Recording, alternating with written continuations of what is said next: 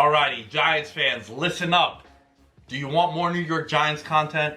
Do you want Chat Sports to dedicate its own channel to the greatest football team of all time? Yes, the New York Giants. Yes, it's easy. Just go on over to chatsports.com/GiantsTV. Subscribe now. Once we hit 100 subscribers, we will be able to publish more New York Giants content.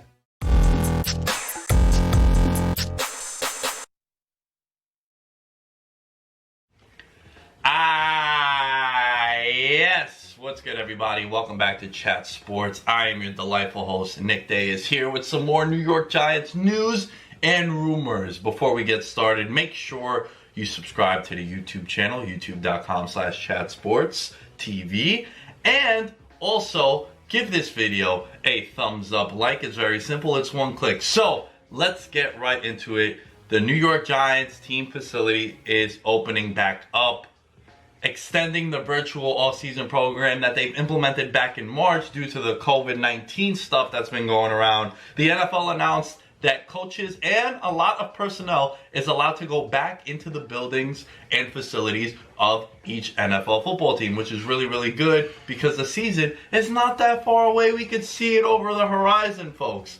Yes, the NFL season will be coming back, and the New York Giants in particular are extending their virtual offseason program to June 12th. It is something that is very, very important, especially for the young bucks coming in, the Andrew Thomases and Xavier McKinneys of the world. That draft class needs to get implemented with the new system, as well as some of the free agents that have been brought over, Blake Martinez, James Bradbury. So I want you guys to like this video if you're ready for some New York Giants football. Weigh in below, guys. Of course you like New York Giants football, or else you wouldn't be watching this video. And we are excited that the football season is almost here. So let's talk a little bit about the Mount Rushmore. That is a topic at hand that is always discussed. And CBS Sports has been doing this really, really cool project over on their end where they are giving you the top 5 players of every football team. And of course, we're going to talk about the 5 players that they've said are the 5 most important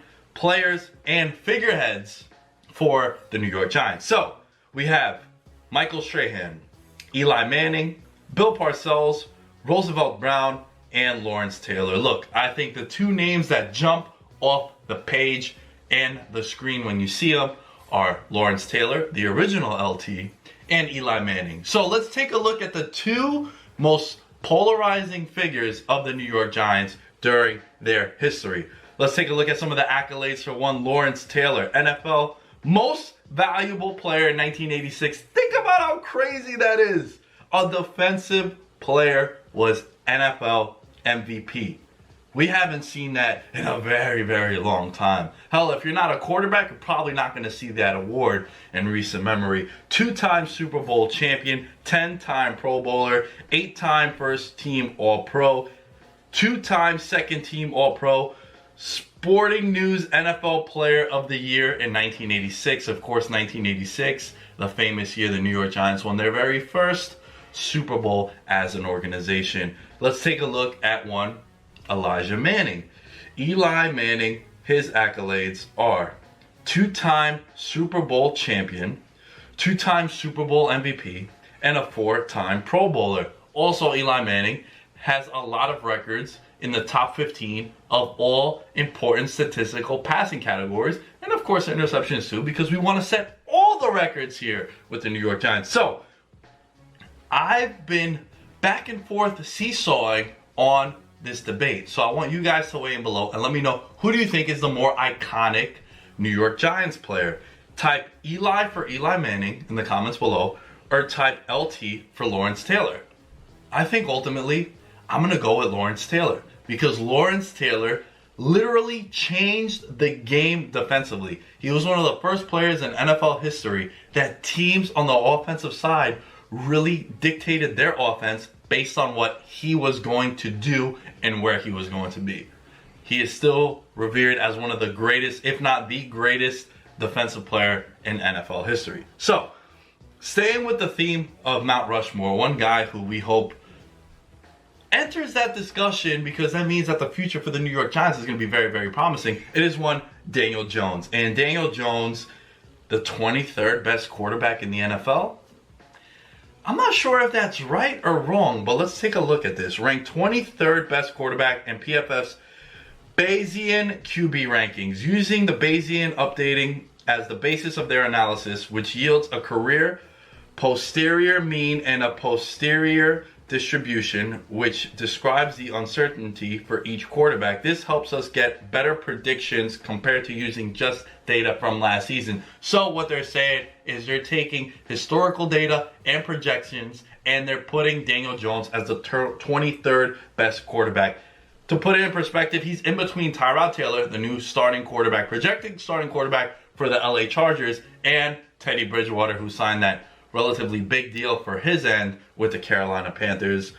Jones was given a 1.1 chance of being the best quarterback in the league and an 8% chance of landing in the top 5. He was also given a 19% chance of being one of the league's 5 worst quarterbacks. Daniel Jones last season had one of the best passer ratings under pressure. He was a top 10 quarterback when facing 5 or more pass rushers. According to Next Gen Stats, he finished 10th under QB pressure amongst the likes of Drew Brees, Dak Prescott, Kirk Cousins, and NFL MVP Lamar Jackson. Now I want you guys to weigh in below and rank. Give me your ranking of Daniel Jones. First being the best QB in the NFL, which, let's not get too crazy.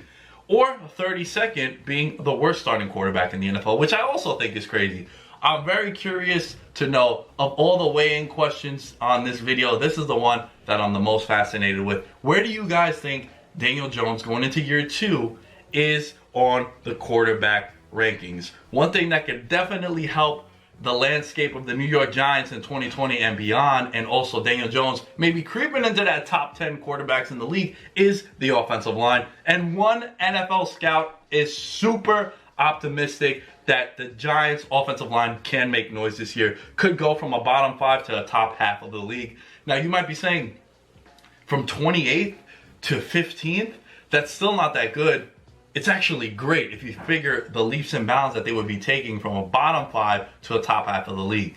Look, 12 teams make the playoffs every year. Well, 14 teams make the playoffs every year now with the new rules. I think this is something that is very, very possible. In short time, this has gone from a bottom 5 offensive line that should rank in the top half of the league with a ceiling even higher due to the presence of one Georgia tackle, Andrew Thomas. If we take a look at the depth chart for the New York Giants, the projected 5 starters that are going to be protecting Saquon Barkley and Daniel Jones, we got Solder, Hernandez, Jalapio, Zeitler, and Andrew Thomas. I think that's a very, very formidable offensive line, and I think if they can stay healthy, big if, this offensive line might make noise. This offensive line might be a potential top 10 offensive line, and who knows what could happen if you have a top 10 offensive line. So, with all that being said, one more favor, folks. Want a Giants-only YouTube channel? Please subscribe to the link below.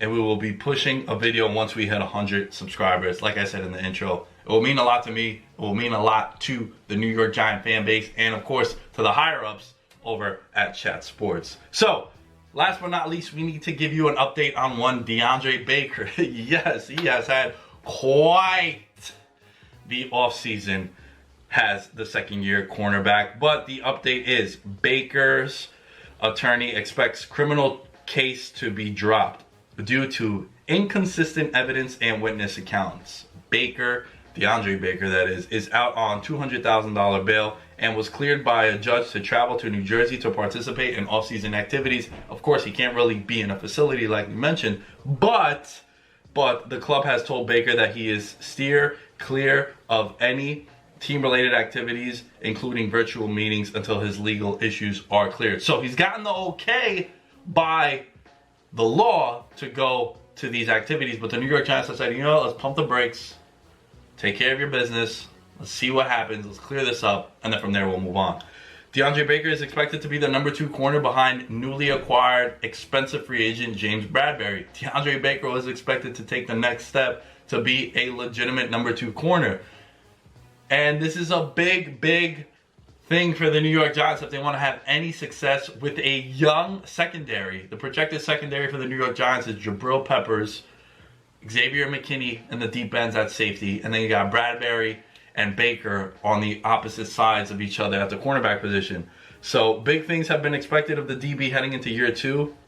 Very promising secondary. The 22-year-old Baker, I think if he is exonerated, he may still ultimately face a suspension from the NFL, because the NFL is always a organization that wants to be good with the PR and good with human resources. And I think a case like this with DeAndre Baker, they might put their foot down. So I would probably expect DeAndre Baker to ultimately face a suspension of some kind, but time will tell what happens to the 22-year-old cornerback. With that being said, at The Lamb Show is where you can find me. Make sure you subscribe to everything that you need to subscribe here on Chat Sports, and I'll catch you guys next time.